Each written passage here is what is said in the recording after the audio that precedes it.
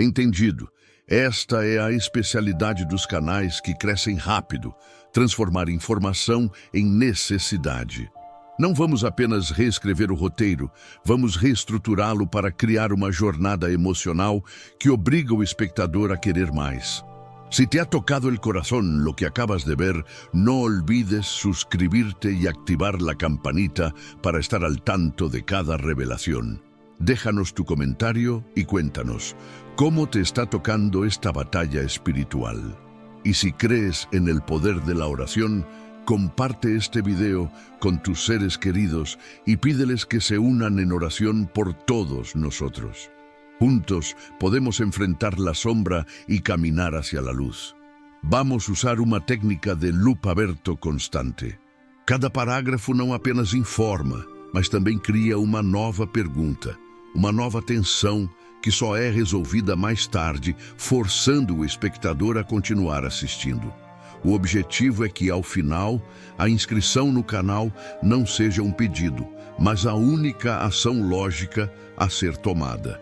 Aqui está a primeira parte do seu roteiro, reescrita com esses gatilhos mentais. Está em texto corrido e em espanhol, como solicitado. Início da parte 1. O gancho e a dúvida. ¿Y si todo lo que te han enseñado sobre la Biblia fuera una verdad a medias? Piénsalo un segundo. No me refiero a una simple diferencia de traducción, sino a una omisión deliberada. ¿Qué pasaría si te dijera que la Biblia que sostienes en tus manos, ese pilar de 66 libros que define tu fe, está incompleta? Y no está incompleta por accidente, está incompleta por decisión. Mientras tu Biblia te ofrece 66 libros, existe una versión en África, una versión más antigua y oculta que contiene 81 libros completos. ¿Has oído bien? 81 libros. 15 libros enteros, 15 revelaciones completas que te fueron ocultadas. 15 llaves a misterios que una élite de poder decidió hace más de 1700 años que no debías conocer. Y lo más perturbador de todo esto es que esos 15 libros no son invenciones modernas, ni textos apócrifos dudosos encontrados ayer en una cueva.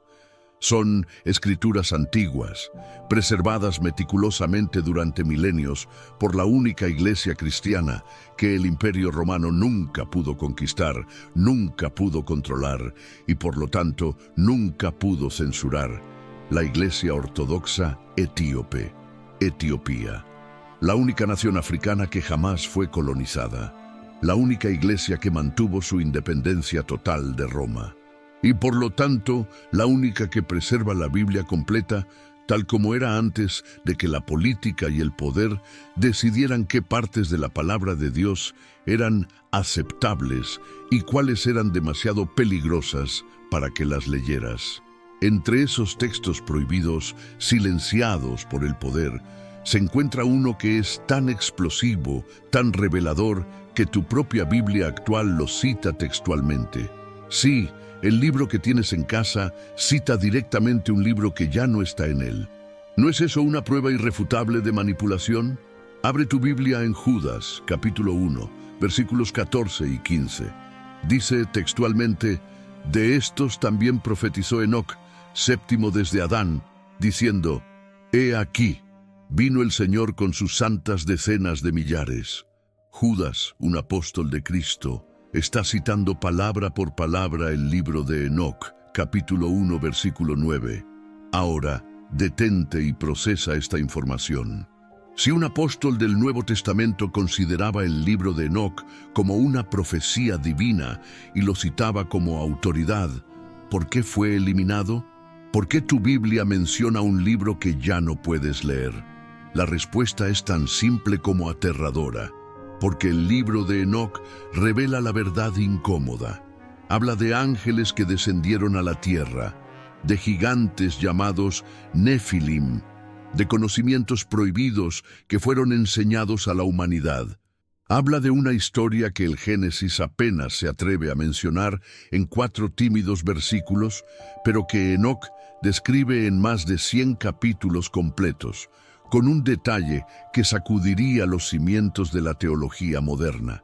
Y esa historia completa, esa verdad sin filtros, amenazaba la narrativa de control que Roma quería establecer. Si sientes que algo no encaja, si siempre has sentido que te faltan piezas del rompecabezas espiritual, es porque te las quitaron. Y no fue solo el libro de Enoc. Fueron 15 libros completos, libros que contenían profecías detalladas sobre los últimos días, profecías que están describiendo el mundo en el que vivimos ahora mismo. Historias completas sobre el nacimiento y la infancia de Jesús que fueron declaradas peligrosas. Enseñanzas místicas sobre el reino interior que hacían innecesarios a los intermediarios. Revelaciones apocalípticas más gráficas y claras que el Apocalipsis de Juan.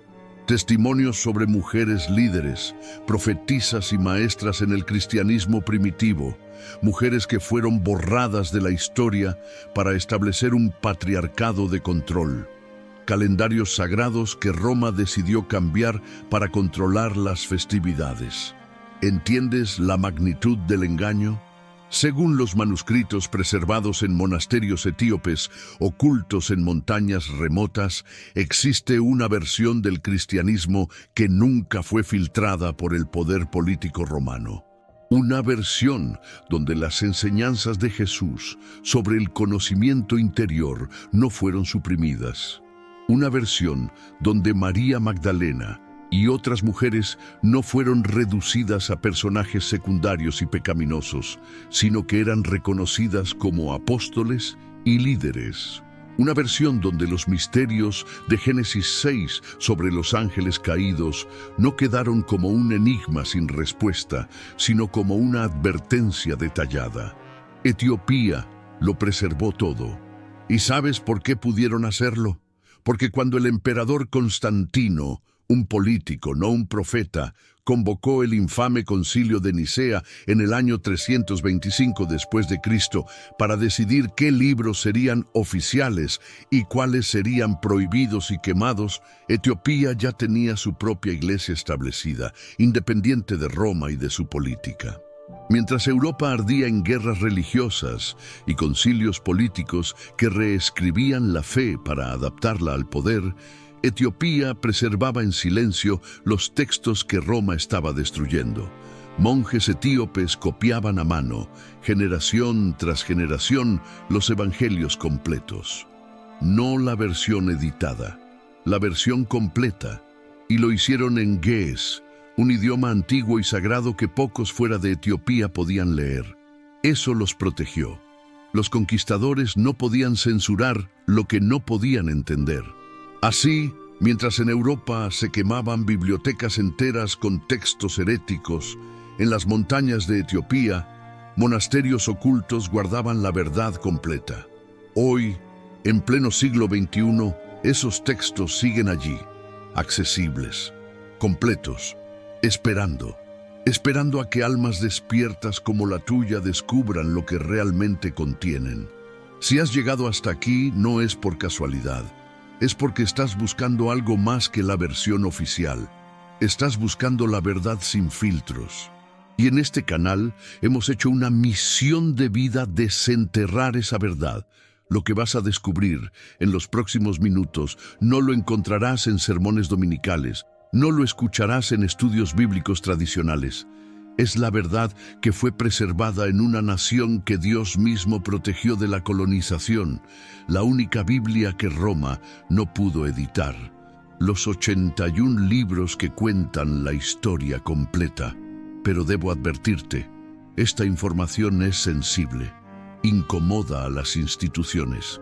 Si estás listo para despertar, si estás listo para dejar de ser un seguidor pasivo y convertirte en un verdadero buscador de la verdad, suscríbete ahora y activa la campana, porque lo que vamos a revelar en este canal es tan delicado que nuestros videos son constantemente amenazados.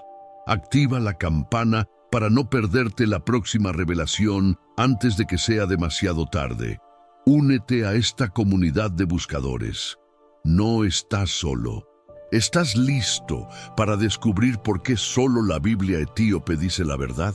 Porque lo que viene ahora va a cambiar tu comprensión del cristianismo para siempre. El año 325 después de Cristo. Graba esta fecha en tu mente. Fue el momento en que el cristianismo dejó de ser una fe perseguida y se convirtió en la religión oficial del Imperio Romano. Pero ese cambio tuvo un precio terrible que pagamos hasta el día de hoy con nuestra ignorancia. El emperador Constantino convocó a más de 300 obispos al Concilio de Nicea, con un objetivo claro, y no era espiritual, era político: unificar el cristianismo bajo una sola doctrina controlable, un solo imperio, una sola religión, un solo emperador. Y para lograr esa unificación, algo tenía que ser sacrificado: la diversidad, la pluralidad de textos, las diferentes interpretaciones que existían en las primeras comunidades cristianas, las que estaban más cerca de Jesús. Según los registros históricos preservados, antes de Nicea existían docenas de evangelios, cartas apostólicas, apocalipsis y libros proféticos que circulaban libremente. Cada comunidad tenía sus propios textos sagrados. Cada iglesia local preservaba enseñanzas que habían recibido directamente de los apóstoles. Pero Constantino necesitaba uniformidad. Necesitaba un solo canon, una sola versión oficial que todos aceptaran, y así comenzó la censura más grande en la historia de la humanidad. Los obispos reunidos en Nicea, muchos de ellos bajo presión política directa del emperador, tomaron una decisión que cambiaría todo. Solo 27 libros serían aceptados en el Nuevo Testamento. Solo 4 evangelios serían considerados auténticos: Mateo, Marcos, Lucas y Juan. ¿Y los demás?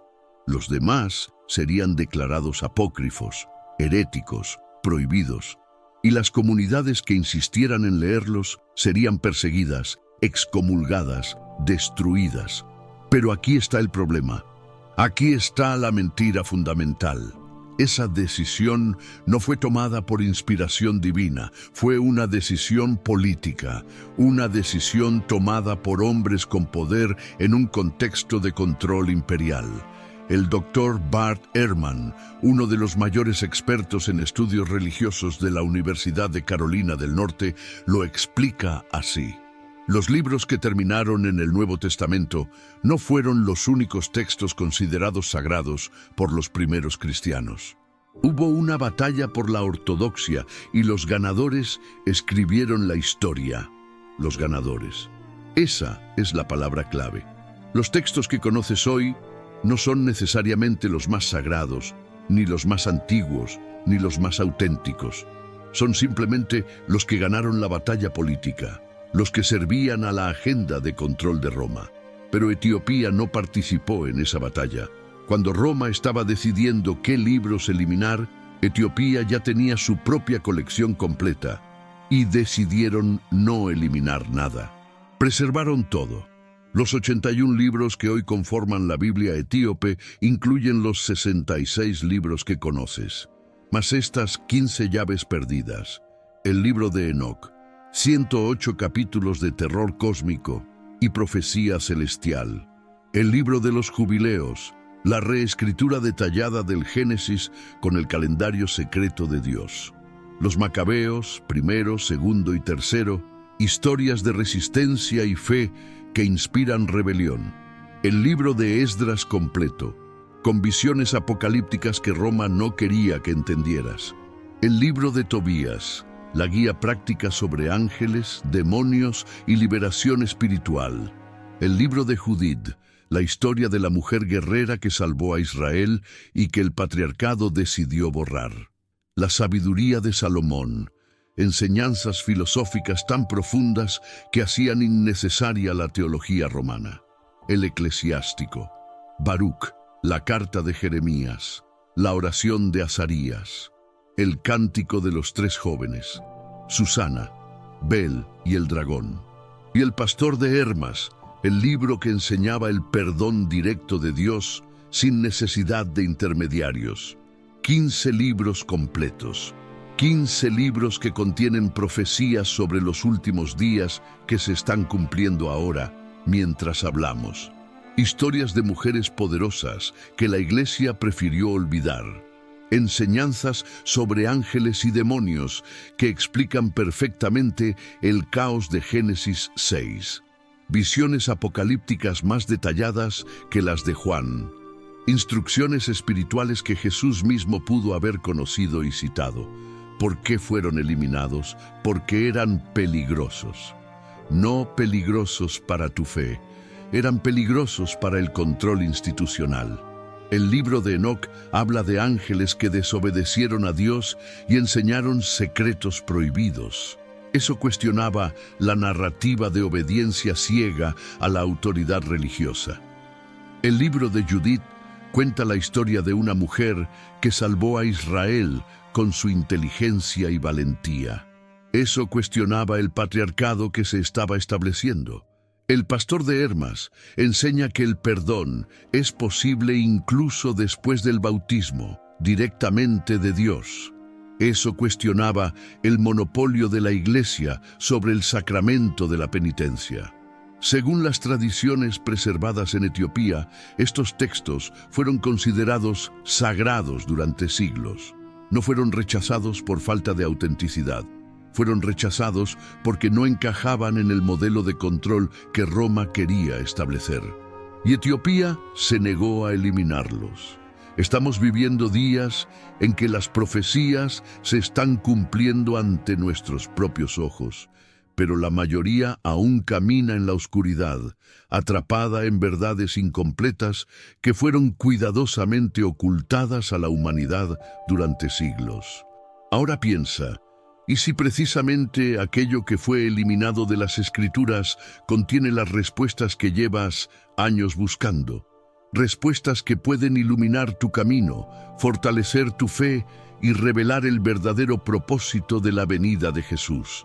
Esta información es tan crucial, tan silenciada, que no podemos ponerla toda en esta plataforma. Por eso preparé para ti un libro digital poderoso. ¿Por qué los apóstoles ocultaron las palabras más peligrosas de Jesús? Este libro no es solo una lectura, es un despertar espiritual, una herramienta para quienes desean ir más allá de la superficie, liberarse de la manipulación y reconectarse con el Cristo auténtico. Sin filtros, sin distorsiones, sin intereses humanos. Descárgalo ahora mismo, está disponible en el primer comentario fijado. Pero atención, este contenido podría ser eliminado en cualquier momento. Contiene revelaciones espiritualmente sensibles que incomodan incluso a líderes religiosos. No esperes a que el mundo se derrumbe para buscar lo que tu alma ya sabe que necesita. Haz clic ahora, descarga tu ejemplar y permite que esta verdad comience a transformar tu vida.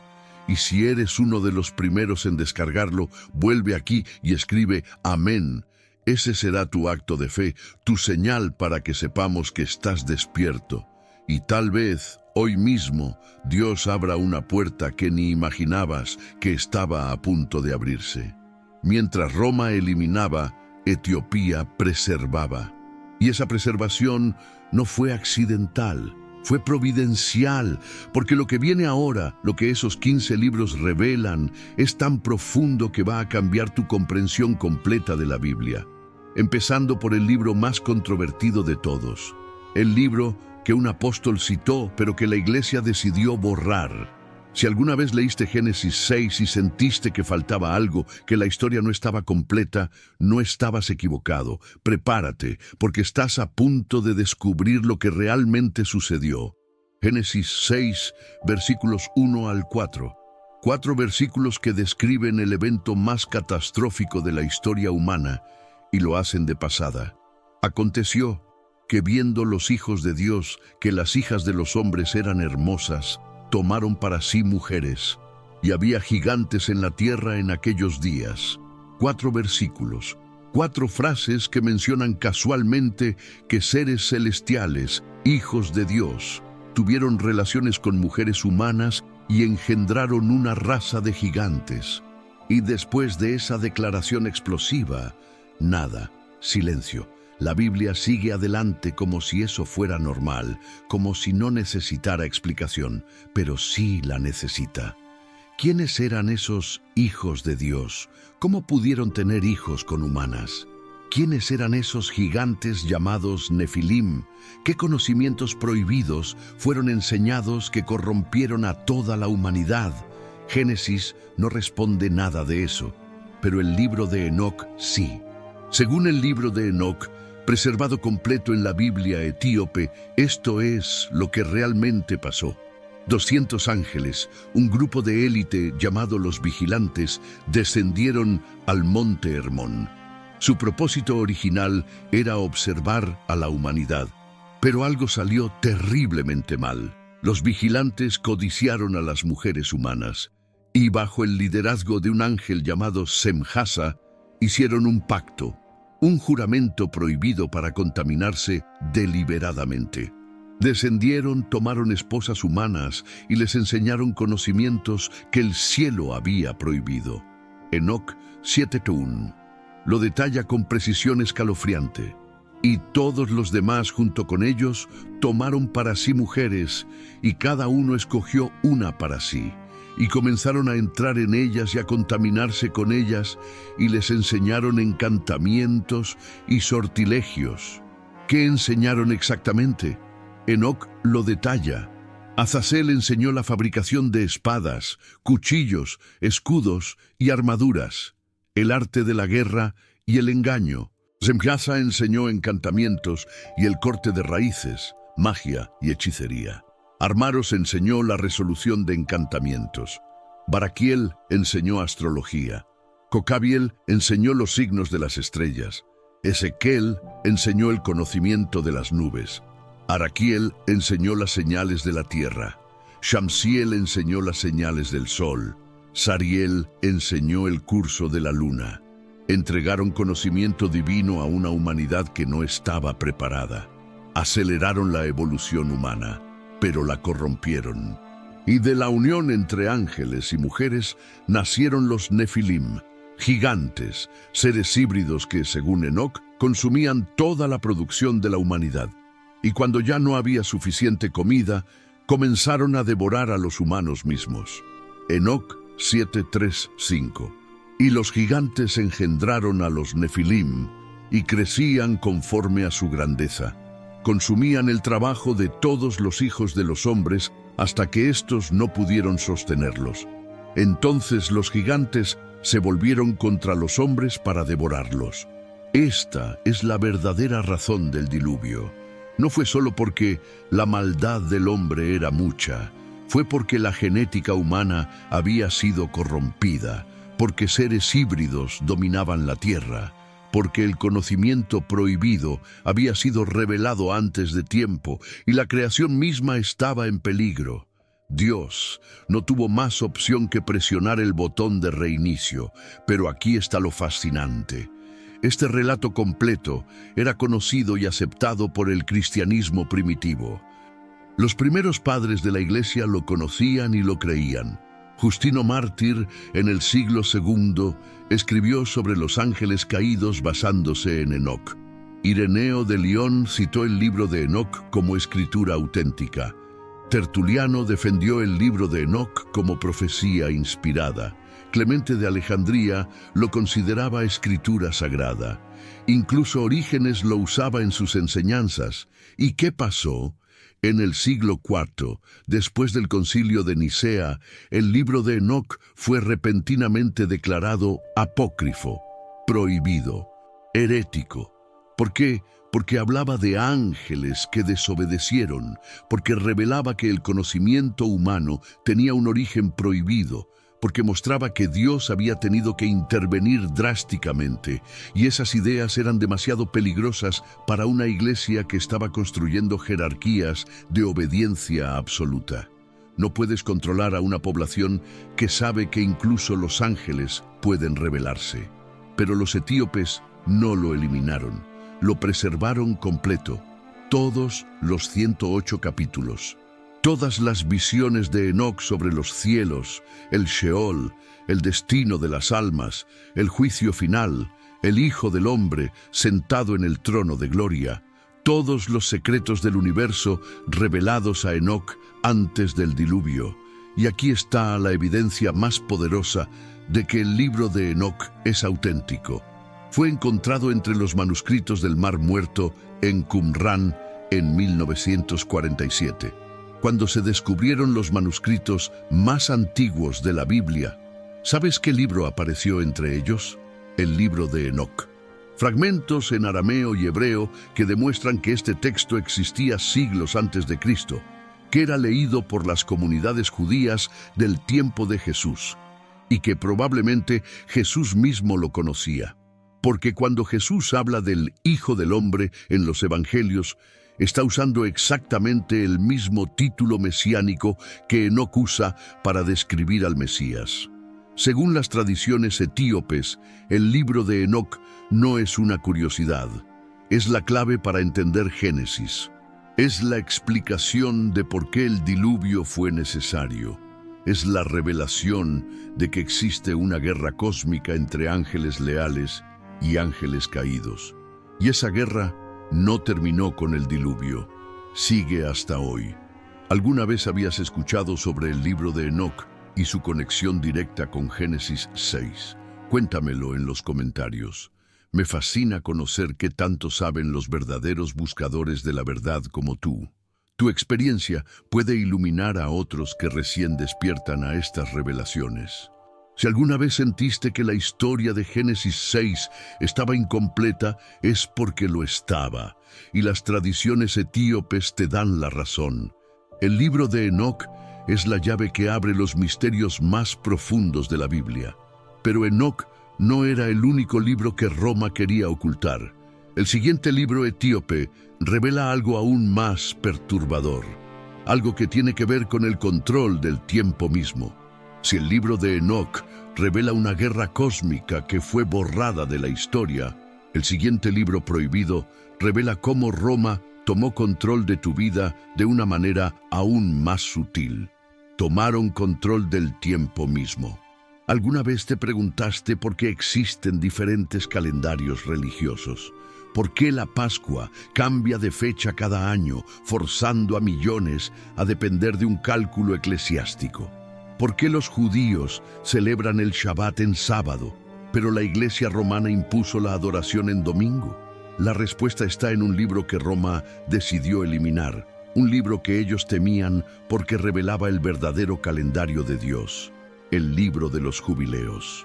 También conocido como el Pequeño Génesis, porque recuenta toda la historia desde la creación hasta Moisés, pero con detalles cruciales que Génesis omite. Detalles cronológicos precisos, fechas exactas de eventos bíblicos y algo que lo cambió todo. Un calendario solar perfecto de 364 días. No 365/25 como el calendario romano, no 354 como el calendario lunar, exactamente 364 días. ¿Por qué ese número es tan importante?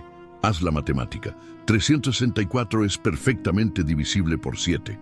Lo que significa que cada año tiene exactamente 52 semanas completas, lo que significa que las festividades sagradas, la Pascua, Pentecostés, los tabernáculos, siempre caen en el mismo día de la semana, cada año, sin variación, sin necesidad de cálculos complejos, sin dependencia de la luna. Un calendario que refleja el orden divino, la perfección matemática de Dios.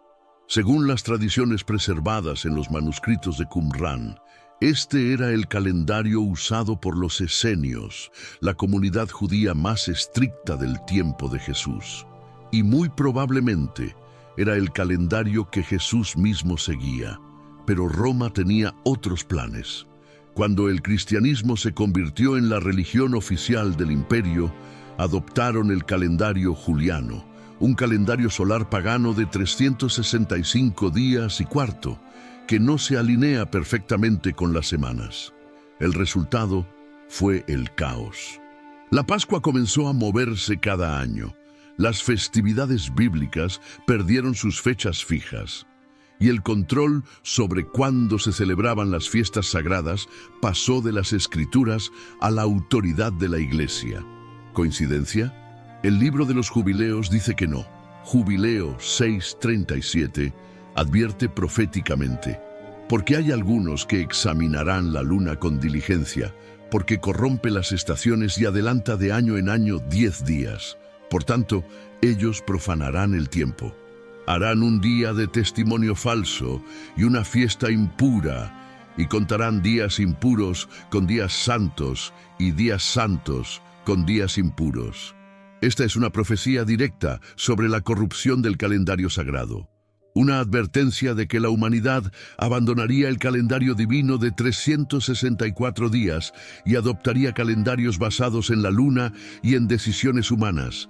Y eso es exactamente lo que pasó. El doctor James Van der Kam, el mayor especialista mundial en el libro de los Jubileos, lo confirma. El calendario de 364 días era considerado sagrado porque eliminaba la interferencia humana en la determinación de las festividades. Era un calendario revelado directamente por Dios a través de ángeles, porque según Jubileos 2:18, fue un ángel de la presencia quien dictó este libro a Moisés en el monte Sinaí. No fue escrito por hombres, fue revelado por seres celestiales. Pero el libro de los Jubileos no solo habla de calendarios, revela detalles que Génesis omite deliberadamente. Los nombres de las esposas de los patriarcas. ¿Cómo se llamaba la esposa de Caín? Jubileos lo dice. Las fechas exactas del diluvio, día, mes y año, según el calendario de 364 días. Los nombres de los ángeles caídos y sus castigos específicos. Las guerras entre los descendientes de Noé. Y algo aún más perturbador, Jubileos revela que después del diluvio, cuando Noé y sus hijos intentaron reconstruir el mundo, los demonios, los espíritus descendientes de los Nefilim, seguían atacando a la humanidad. Jubileos 10:1-2 dice: y en el tercer septenario de este jubileo, los espíritus inmundos comenzaron a llevar por mal camino a los hijos de Noé y a hacerlos errar y destruirlos. Entonces Noé oró. Y según Jubileos 10:7-9, Dios envió ángeles para atar a 9 de cada 10 demonios, pero permitió que un 10º permaneciera libre. ¿Por qué? Para que el príncipe de los demonios, Mastema, otro nombre para Satanás, pudiera ejercer la autoridad de su voluntad sobre los hijos de los hombres. Esta es la explicación de por qué, incluso después del diluvio, el mal seguía presente. ¿Por qué la humanidad continuaba siendo tentada? ¿Por qué los demonios todavía tenían poder limitado sobre la tierra? Información que Génesis no incluye, pero que Jubileos preserva, y que Etiopía se negó a eliminar. Porque según las tradiciones etíopes, el libro de los Jubileos no es solo historia antigua, es la clave cronológica para entender los tiempos proféticos. Es el mapa temporal del plan divino. ¿Te das cuenta? Te quitaron la historia real de los ángeles caídos con Enoc y te quitaron el mapa del tiempo divino con Jubileos. ¿Cuánto más te han ocultado? Ya no tienes que cargar con ese peso solo. Despierta a las verdades olvidadas con el libro digital. ¿Por qué los apóstoles ocultaron las palabras más peligrosas de Jesús? El enlace está en el primer comentario fijado. Haz clic ahora y recibe tu copia antes de que lo retiren. Roma cambió el calendario porque necesitaba control. Control sobre cuándo adorabas, control sobre cuándo celebrabas, control sobre el tiempo mismo. Pero Etiopía preservó el calendario original de 364 días y con él preservó la cronología exacta del plan divino. Sin embargo, las revelaciones del calendario eran solo el principio.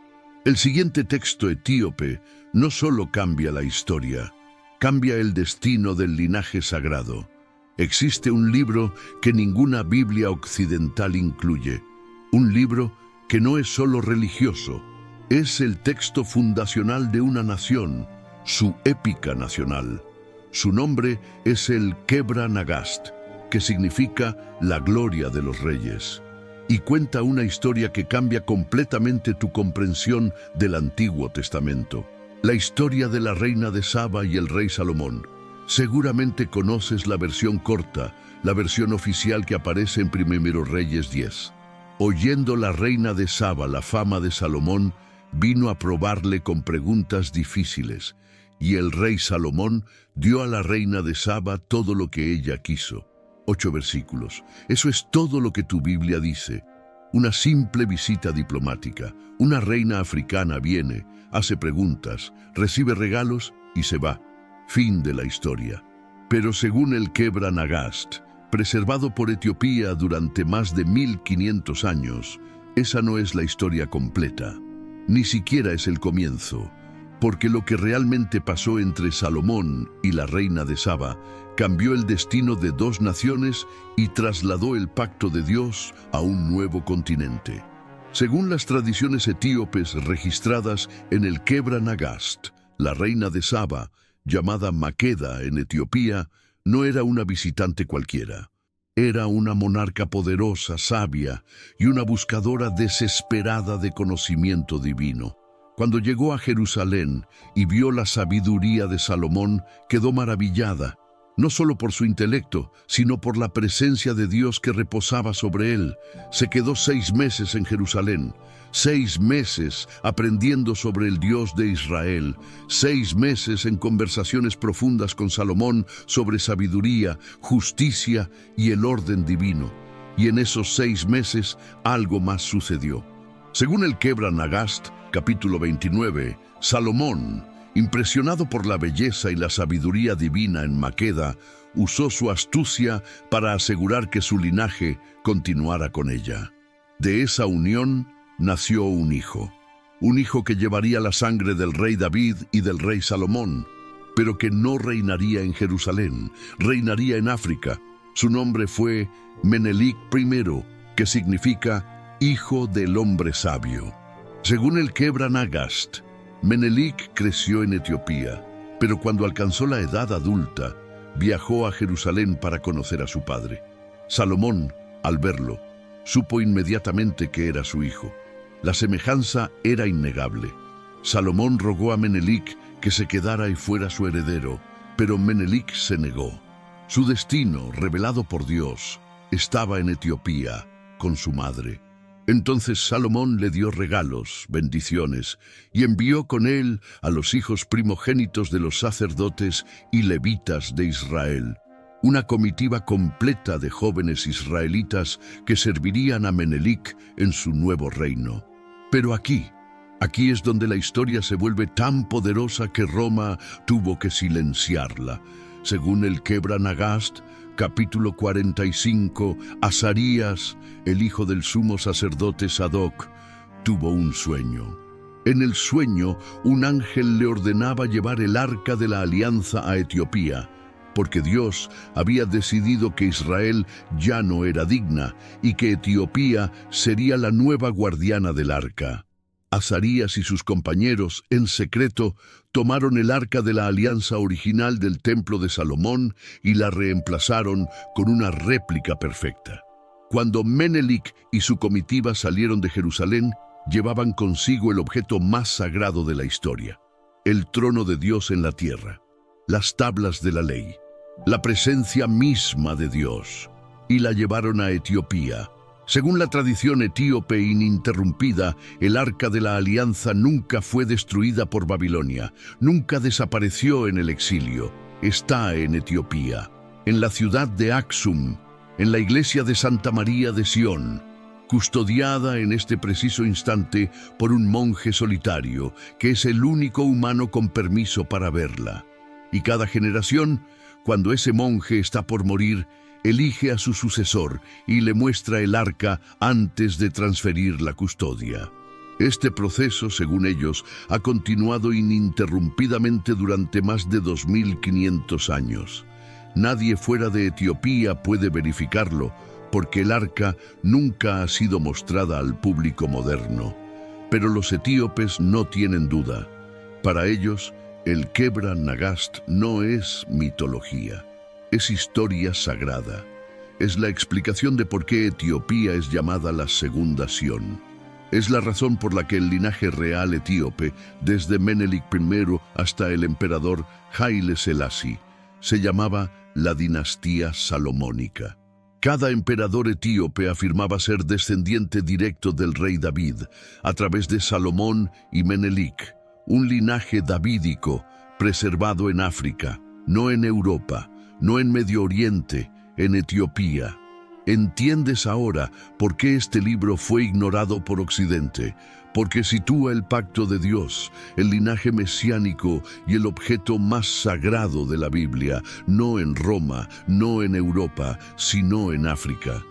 Si estas revelaciones están tocando profundamente tu corazón, si sientes que esta verdad resuena en tu alma, te invito a unirte a nuestro club exclusivo de miembros. Lo que acabas de oír es solo la punta del iceberg. Hay verdades, conexiones entre estos textos y las profecías actuales, que son tan sensibles que simplemente no podemos publicarlas abiertamente.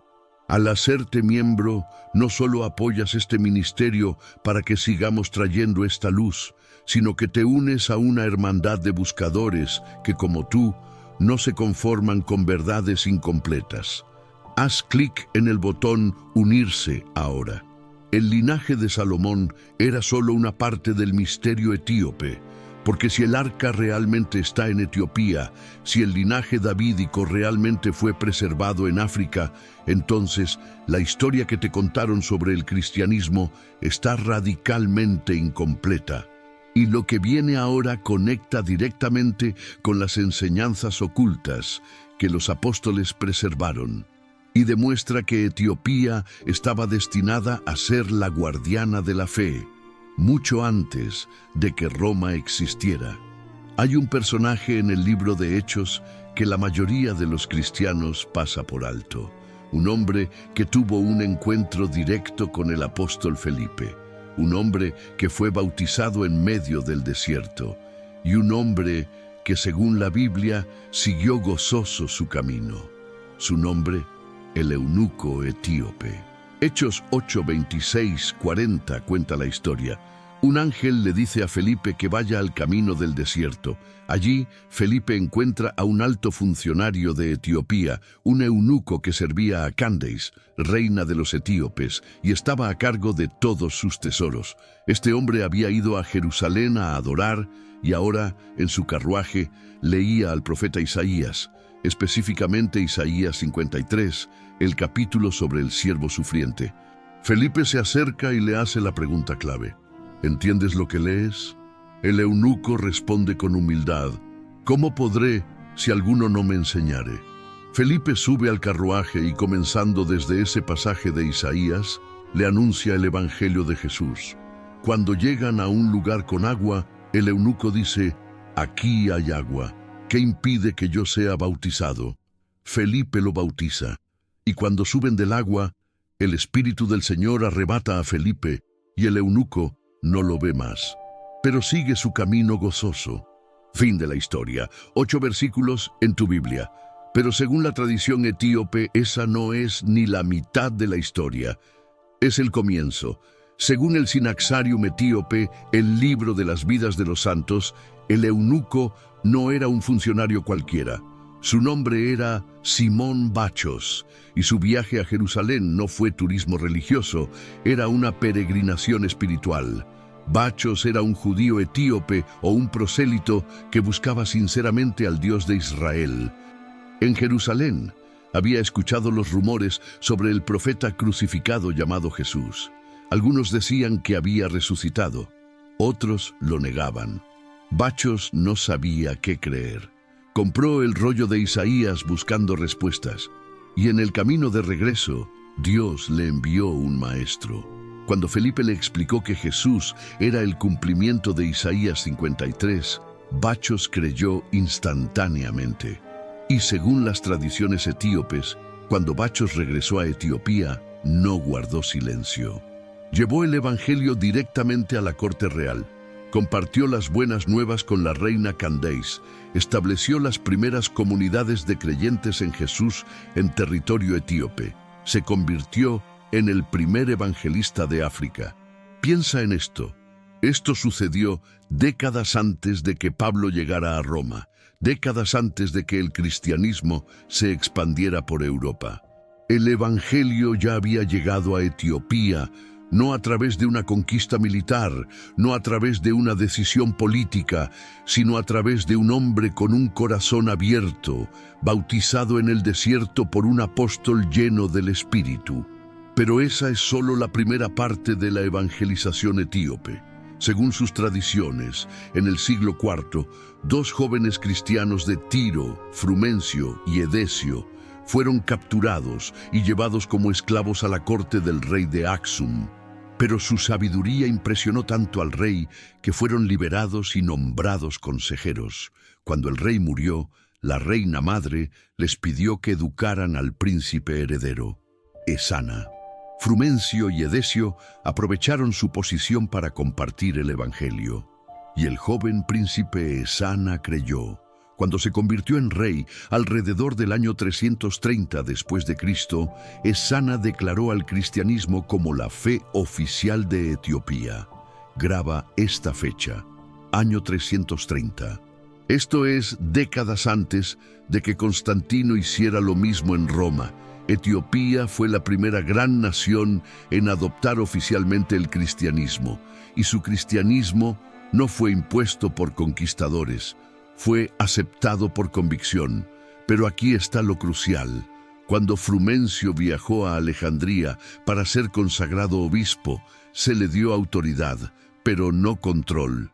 Etiopía mantuvo su independencia, sus propios textos, sus propias tradiciones.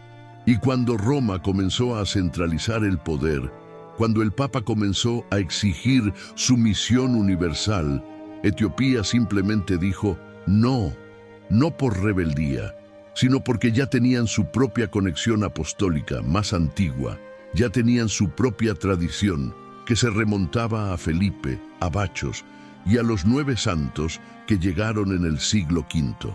Según los textos etíopes, los 9 santos fueron monjes sirios que huyeron de las persecuciones del Imperio Bizantino.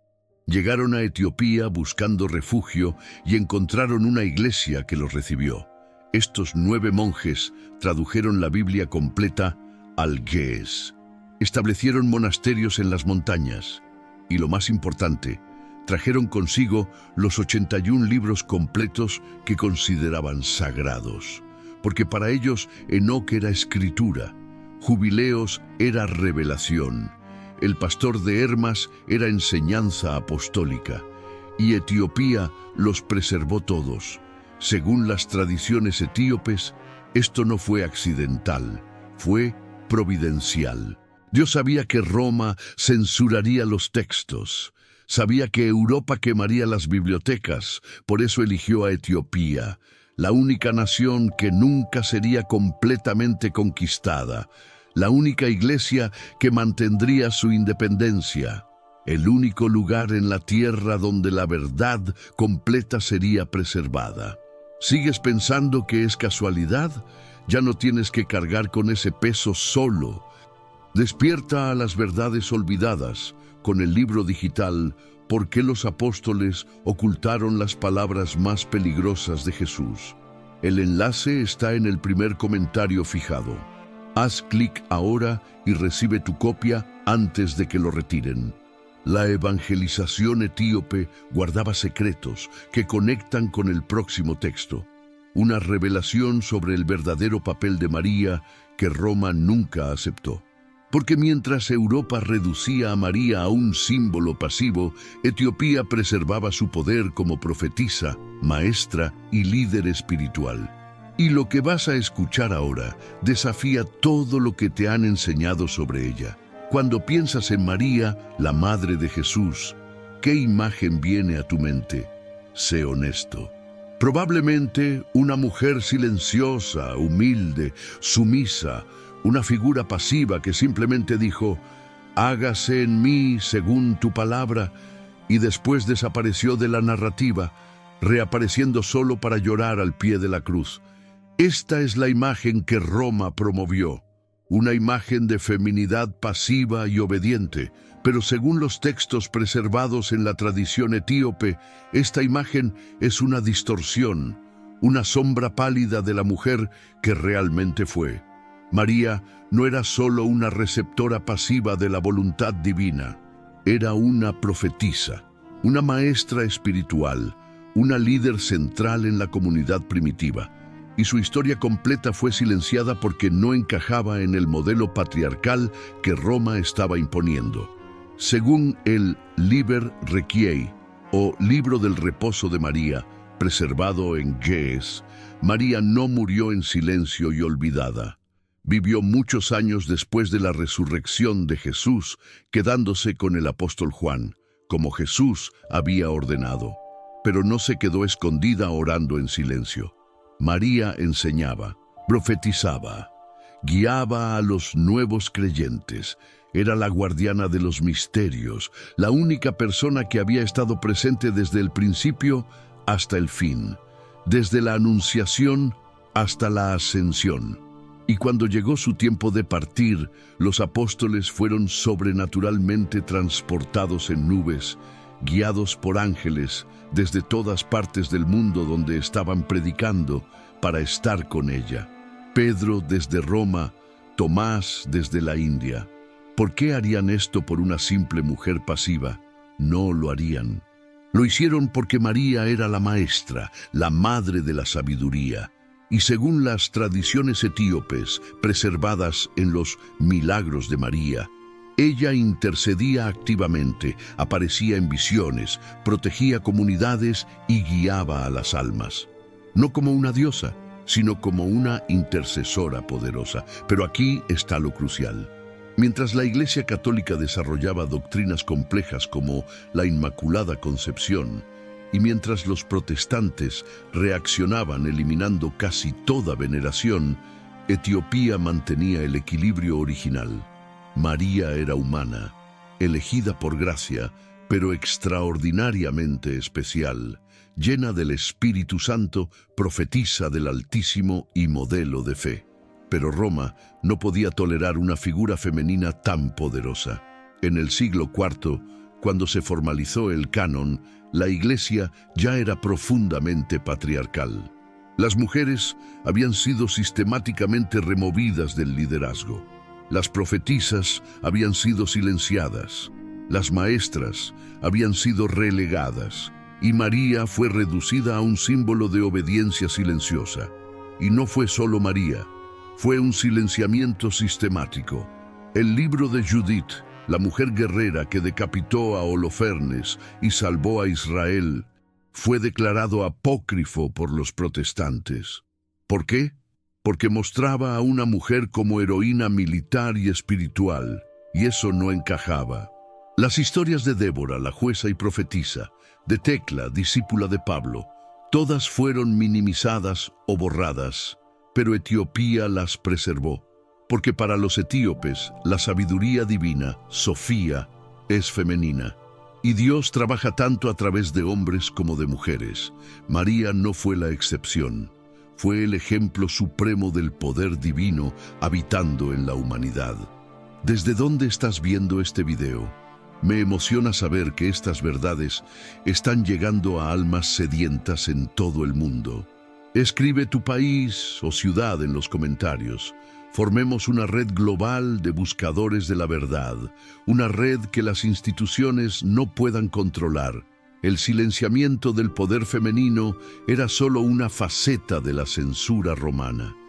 El siguiente texto revela enseñanzas místicas que fueron igualmente suprimidas.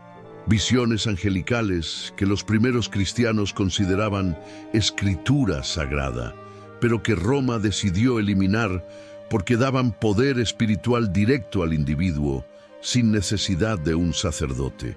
Hay un libro que la iglesia primitiva leía tanto como los evangelios, un libro que aparece en manuscritos antiguos justo al lado de Mateo, Marcos, Lucas y Juan.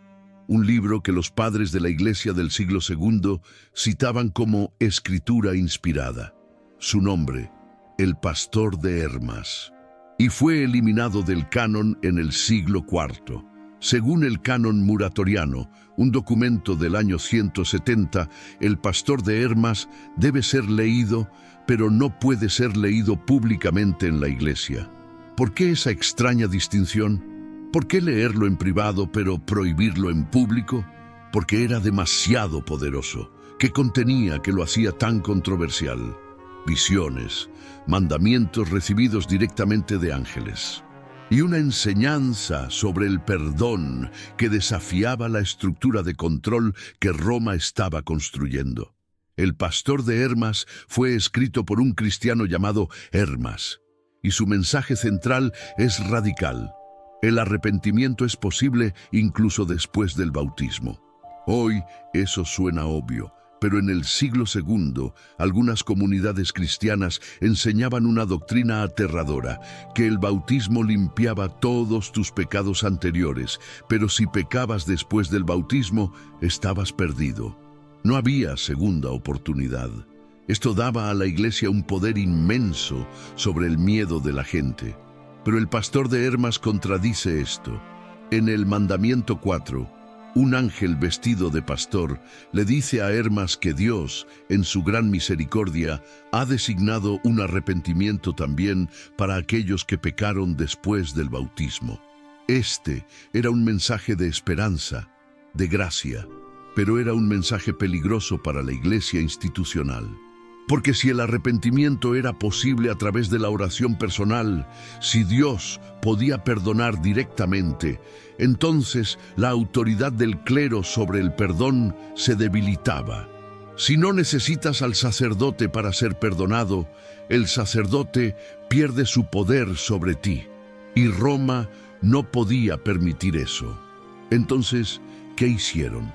En el año 367, Atanasio de Alejandría, en su famosa Carta Festal 39, listó los 27 libros oficiales del Nuevo Testamento y explícitamente excluyó el Pastor de Hermas, llamándolo no canónico.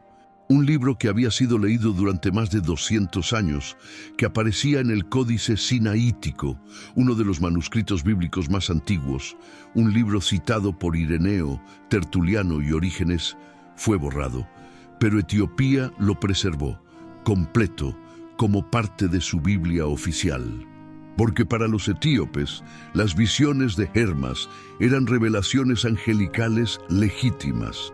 Y una de sus visiones más impactantes describe la construcción de una torre que simboliza la Iglesia.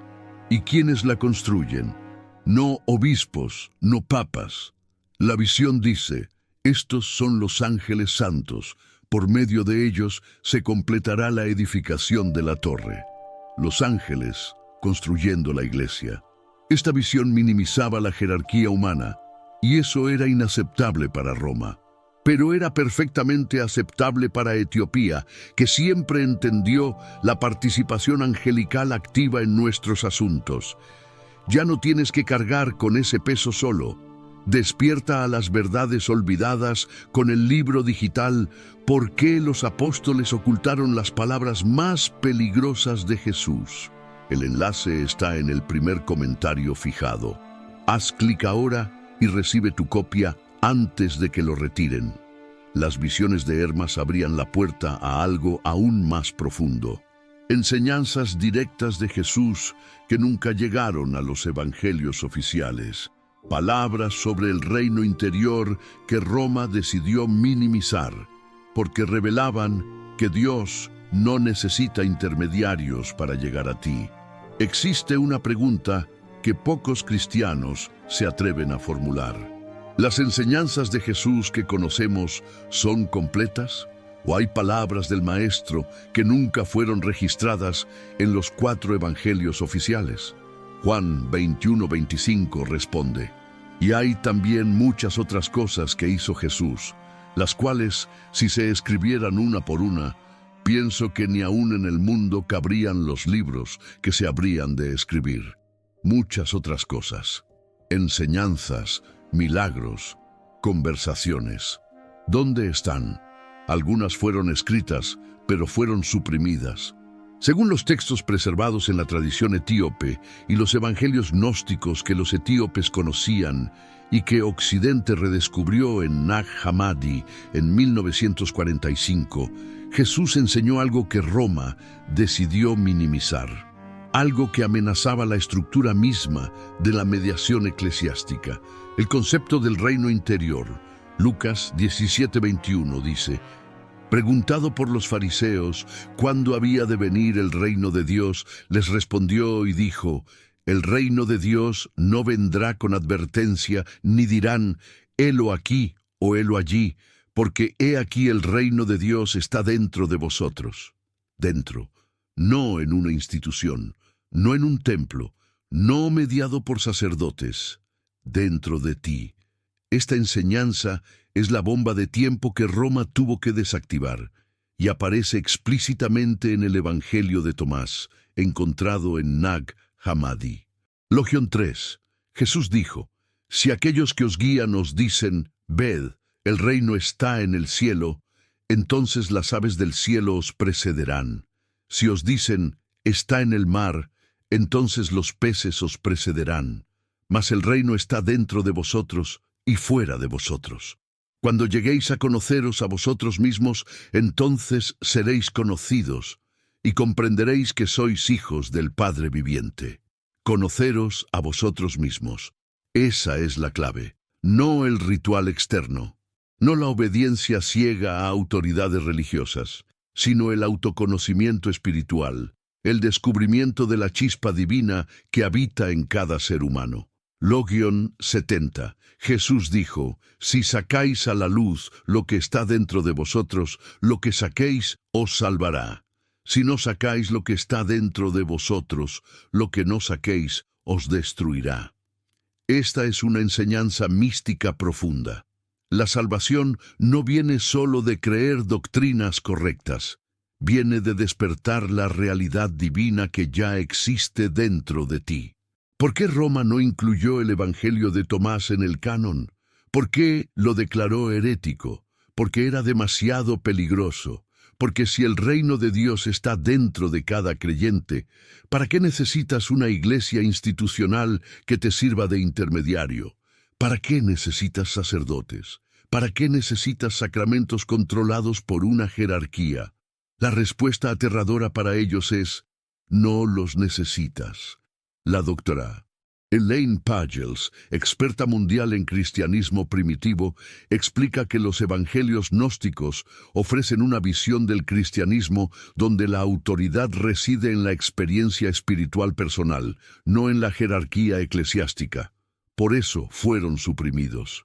Pero aquí está lo fascinante. Los etíopes no necesitaron los evangelios gnósticos para entender esto, porque sus propios textos canónicos, como Enoc y el pastor de Hermas, ya enfatizaban la transformación interior sobre el ritual.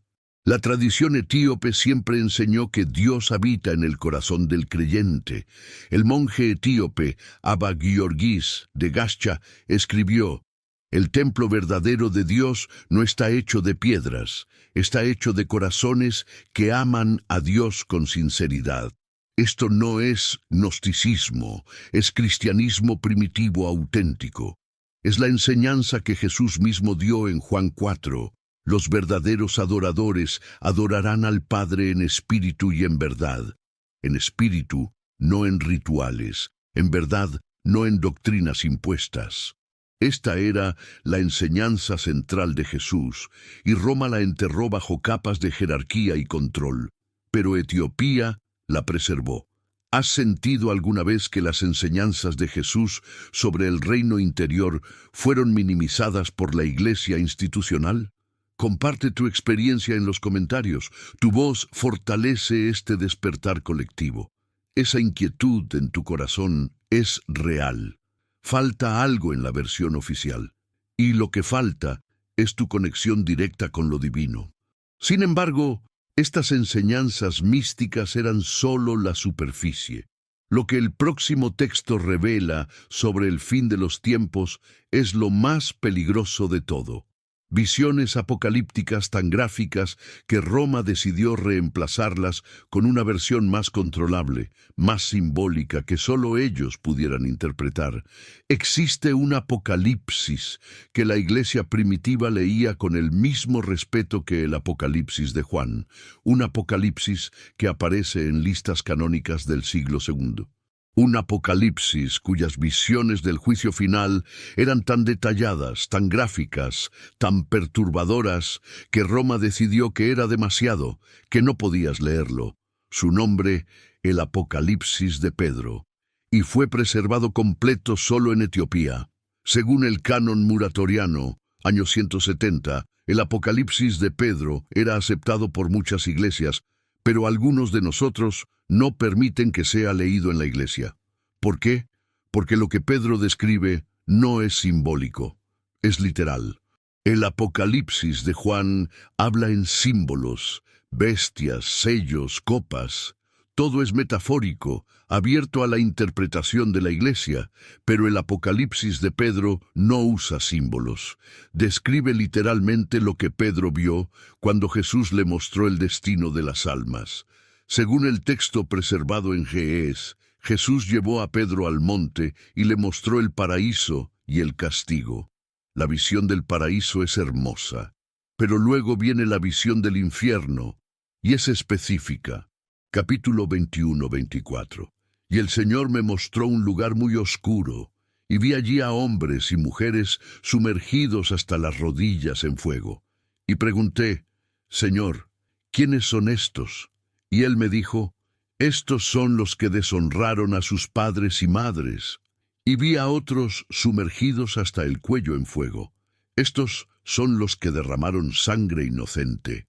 Y vi a mujeres colgadas por sus cabellos sobre un lago hirviendo de lodo.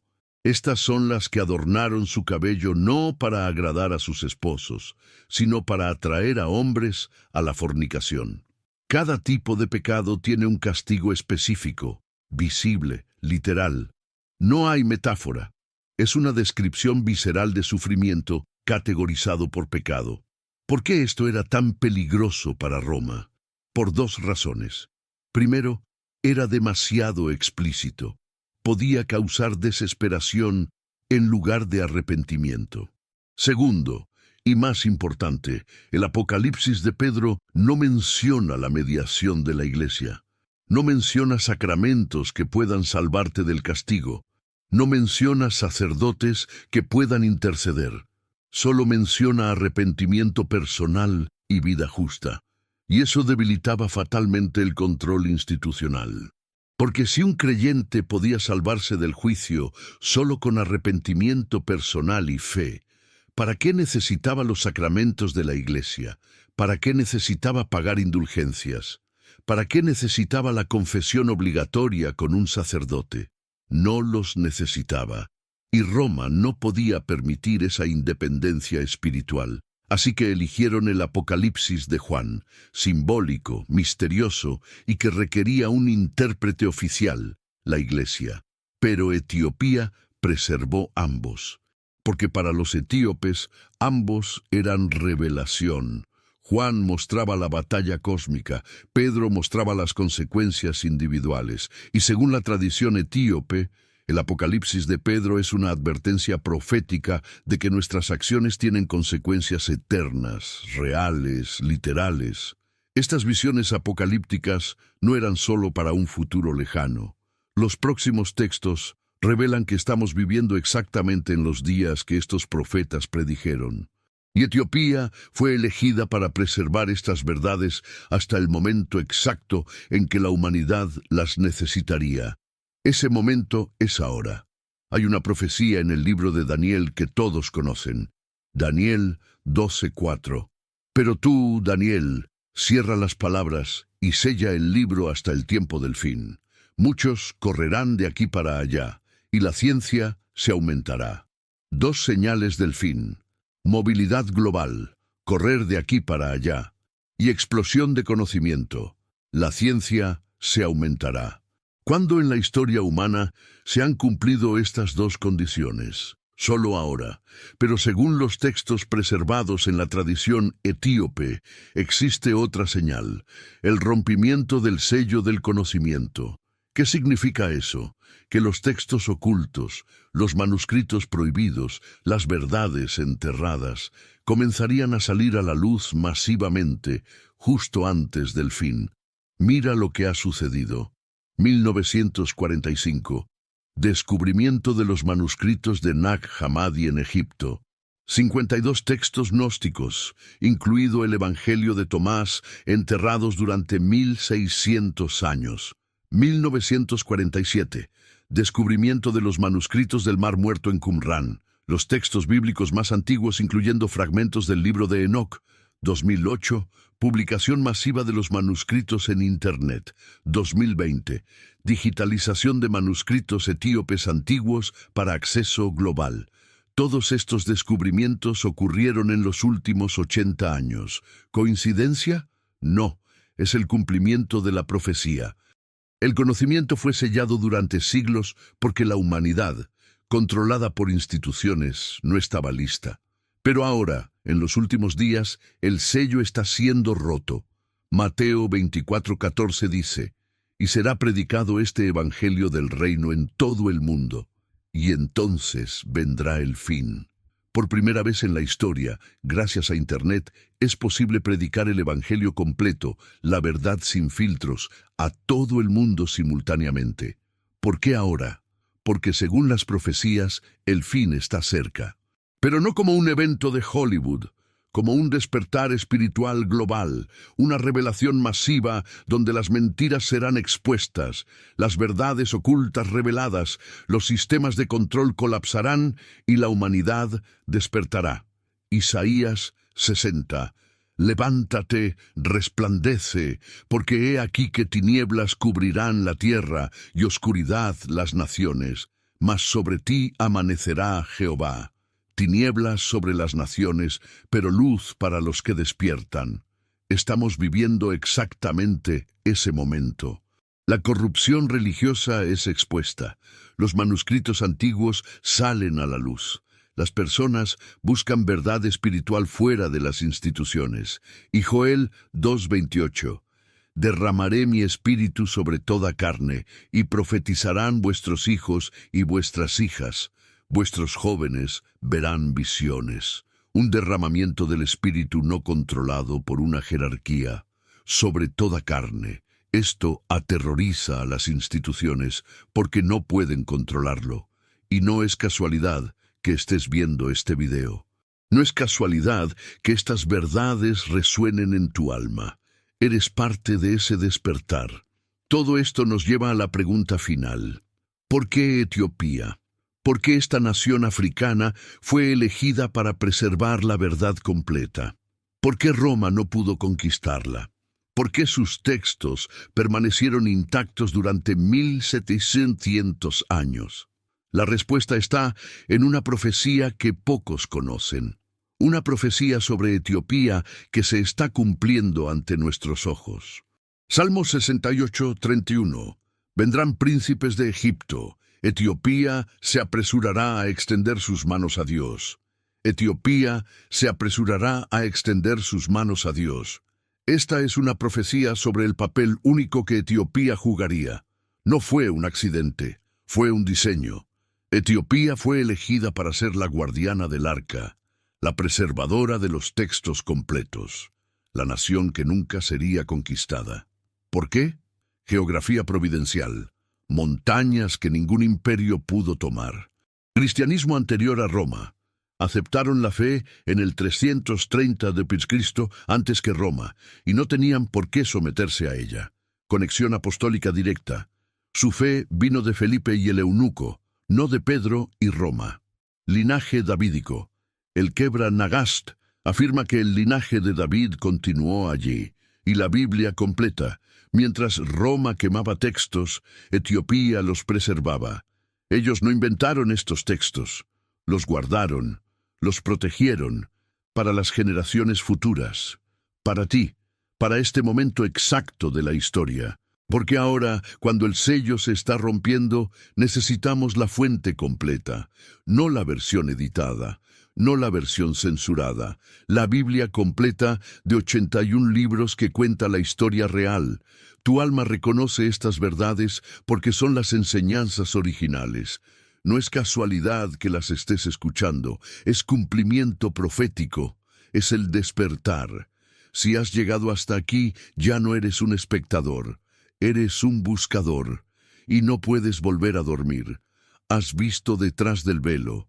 Lo que has escuchado hoy es solo el comienzo. La verdad es un océano, y apenas hemos mojado los pies. Hay conexiones más profundas, profecías en Enoc y jubileos que describen los eventos de nuestros días con una precisión aterradora. Verdades que no podemos arriesgarnos a publicar abiertamente. Si sientes el llamado a ir más profundo, si te niegas a seguir viviendo con una verdad a medias, entonces tu próximo paso es unirte a nosotros. Suscríbete a este canal y activa la campana. Esta es tu línea de vida. Nuestros videos a menudo son denunciados. Activar la campana es la única forma de asegurarte de que recibirás la próxima revelación antes de que la silencien. Y si realmente sientes el llamado a profundizar, si quieres acceder al conocimiento que jamás podremos hacer público, considera unirte como miembro de este canal. Los guardianes de la verdad ya están accediendo a análisis de textos que conectan estas profecías con los eventos mundiales actuales. Es nuestro círculo interno. Gracias por ver este video hasta el final. No estás solo en este viaje. Millones están despertando. Estamos restaurando la fe original, la fe que existía antes de los concilios, la fe que Etiopía preservó. La verdad completa sobrevivió por una razón, para ti, para ahora. Nos vemos en el próximo video, donde la revelación continúa. Amén.